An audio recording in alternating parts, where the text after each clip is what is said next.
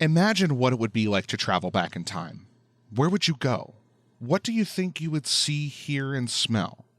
Today, we are going to imagine living somewhere that has been a huge source of inspiration for artists and writers. In fact, it has influenced art, architecture, science, government, and even sports for centuries. Can you guess where this would be? Pack your bags, young historians. We are traveling back in time to ancient Greece. Our story begins over 2,000 years ago.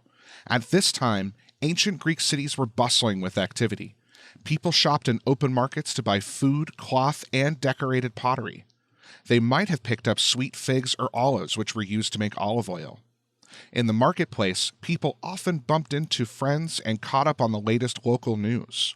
For some fun, ancient Greeks watched sporting events and cheered from the stands as athletes competed.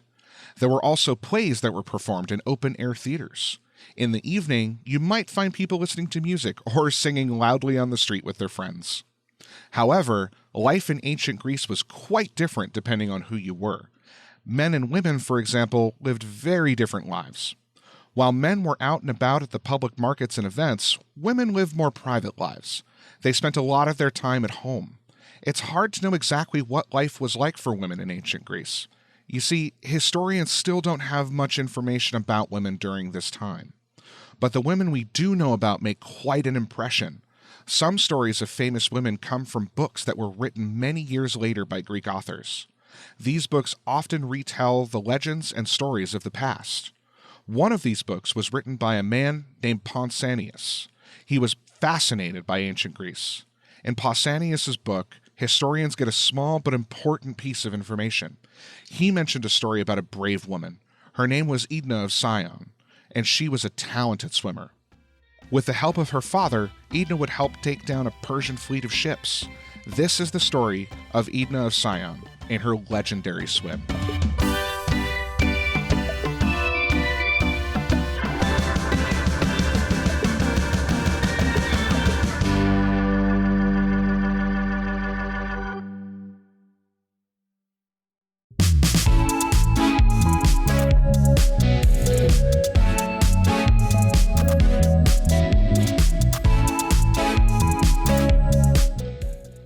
Historians, welcome to another episode of Anytime Now.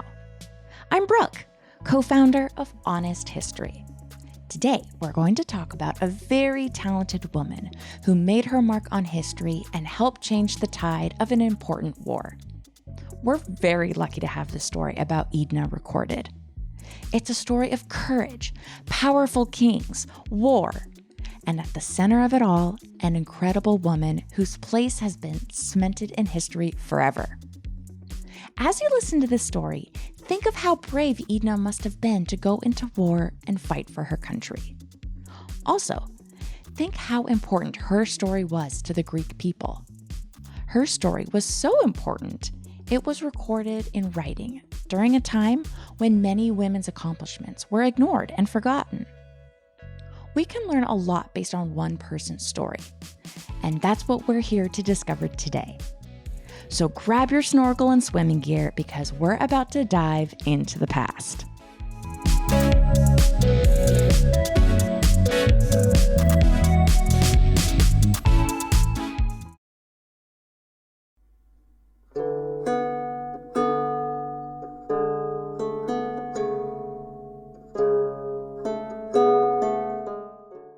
Our story begins in the ancient city of Scione. This Greek city was located on a peninsula, which is a part of the land that sticks out into the ocean. This is where Hydna lived. From her home, Hydna could see the blue-green waters of the Aegean Sea. Depending on the time of the year, the water would be quite warm, and you could find all kinds of fish. In ancient Greece, fishermen would take out their small wooden boats every day. Carrying nets, rods, and spears, the men fished in the ocean and brought their catch back home to sell. The ancient Greeks were very fond of fish. They would often eat it for lunch. You might find small, silvery sardines and anchovies served in the afternoon as a meal. Other sea creatures were only eaten for special occasions, like long, slippery eels or giant swordfish. The ocean was an important part of Hydna's life. You see, Hydna's father was a famous swimmer and diver, His name was Silius of Scione. Silius of Scione, the story says, dived into the deepest parts of every sea, Pausanias wrote. It would have been quite difficult and dangerous to be a diver back then. In ancient Greece, there were no scuba suits or oxygen tanks to help you breathe underwater. Silius had to hold his breath as he plunged deeper and deeper into the ocean. He did sometimes use a snorkel when he swam underwater. Snorkels let people breathe through their mouths while their faces are underwater near the surface. In ancient Greece, snorkels were often made from hollow reeds. Silius's swimming and diving skills came in handy. The ancient Greek historian Herodotus said that Silius was hired to search sunken ships.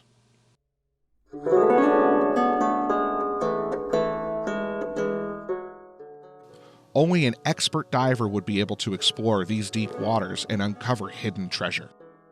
Hydna was adventurous like her father.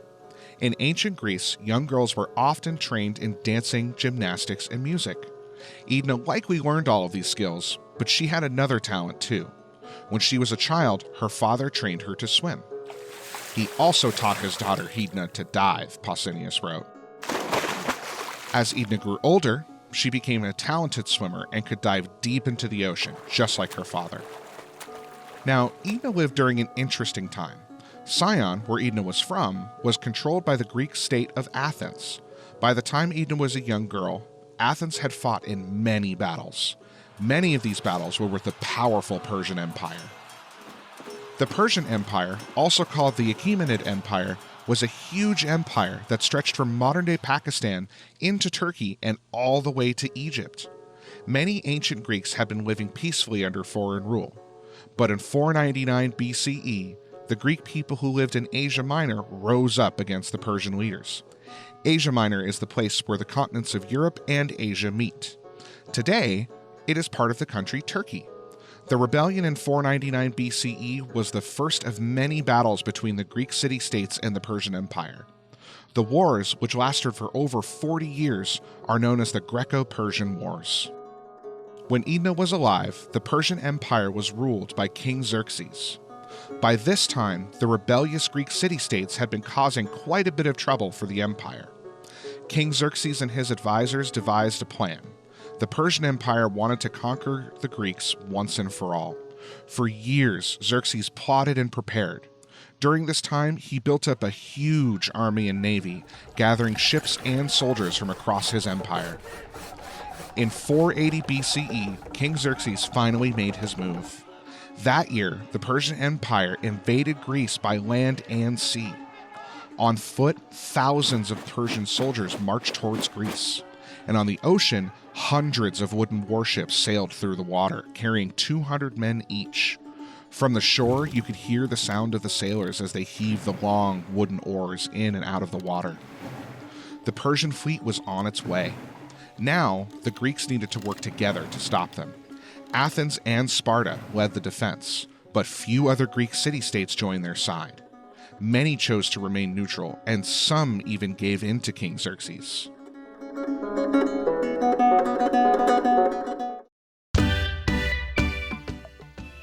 Hi, young historians! Time for a quick break from this amazing story to tell you a bit more about Honest History. If you're enjoying this episode, then you'll love Honest History's magazines and books.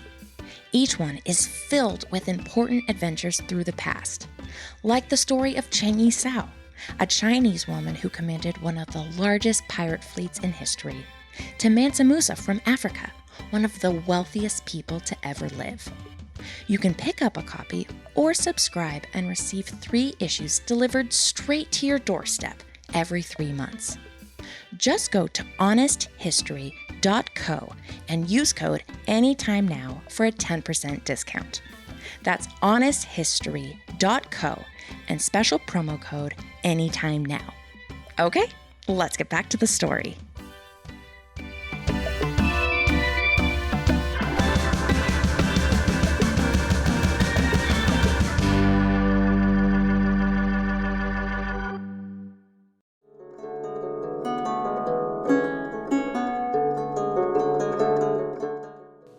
The Persian ships greatly outnumbered the Greeks. The Greek fleet needed all the help it could get.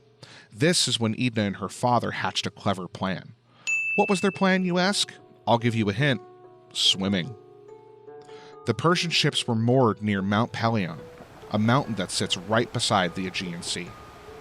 That was when the Persian fleet got caught in a violent storm. The sailors hurried to secure the sails that thrashed in the wind. Waves splashed up onto the deck as the ships tossed and turned in the storm. The violent winds did not stop for days. This was the perfect moment for an act of sabotage. Hydna and her father jumped into the water. Silently, they dived under the waves, kicking their feet and pulling the water with their hands. They each gripped a knife between their teeth as they swam through the choppy waters.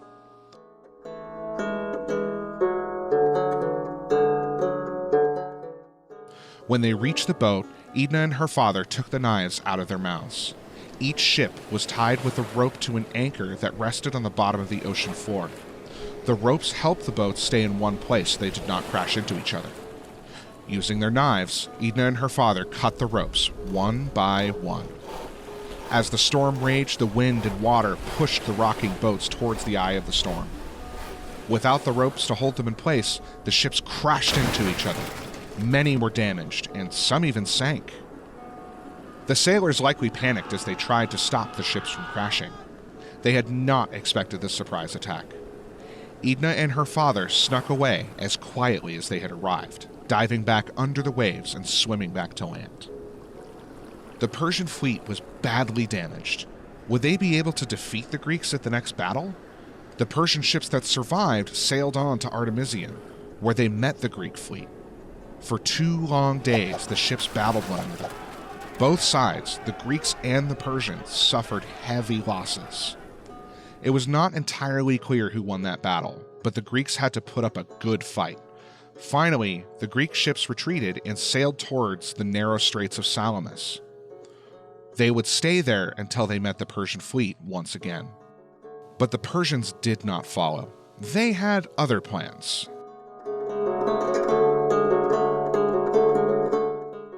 They headed straight for Athens.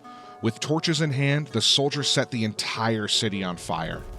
Thankfully, many people had already deserted Athens by the time the Persian forces arrived, but many of the buildings and temples that held so much importance to the Athenian people were destroyed. The next time the Greeks met the Persian fleet, the Persians would not be so lucky. The Greeks lured the Persian ships into the Strait of Salamis. In these narrow and shallow waters, the Persian ships found it difficult to move. The huge ships began to smash into each other as they sailed further and further down the thin passage. That's when the Greeks made their moves. The Greek fleet charged towards the Persians. In ancient times, warships were often armed with bronze rams at the front of their boats. Using these rams, the Greek ships smashed into the Persian fleet. Most of the Persian ships were destroyed, sinking to the bottom of the sea. After the Battle of Salamis, King Xerxes retreated to Asia. His invasion of Greece had failed.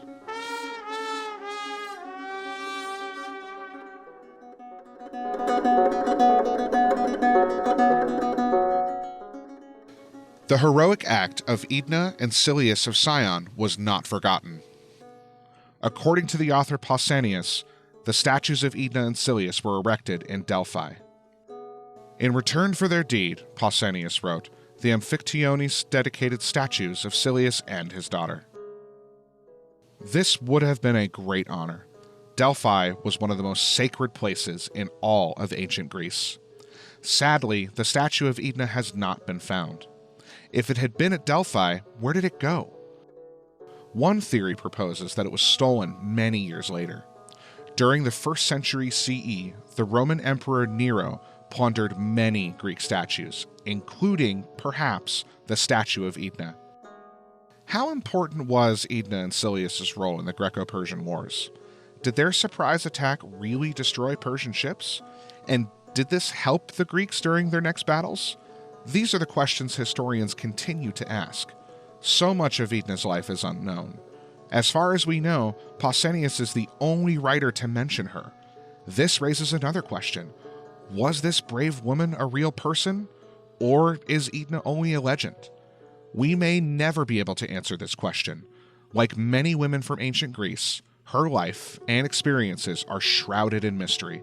But I think we can agree, the story of Hydna's legendary swim sounds like quite the adventure.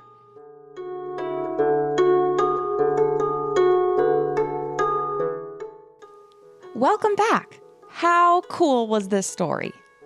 Even though we may not know for certain how much of the story was fact or fiction, it's still an incredibly important lesson about how the Greeks wrote about their own history and how they viewed themselves and their accomplishments. History is always evolving as we discover new facts that may disprove an earlier story. In this way, history is very similar to science.